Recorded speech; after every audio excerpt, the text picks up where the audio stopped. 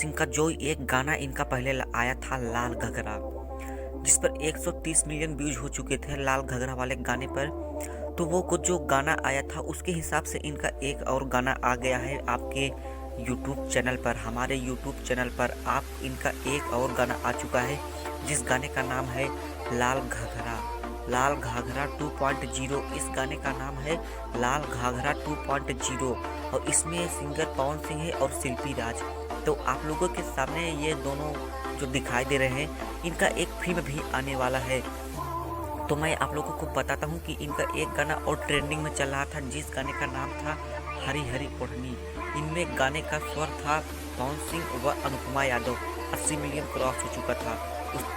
उसके बाद आप लोगों के सामने ये दोनों जोड़ी सुपरस्टार ट्रेंडिंग पर चल रही हैं। और आप लोग मेरे चैनल को सब्सक्राइब कर दीजिए और वीडियो को लाइक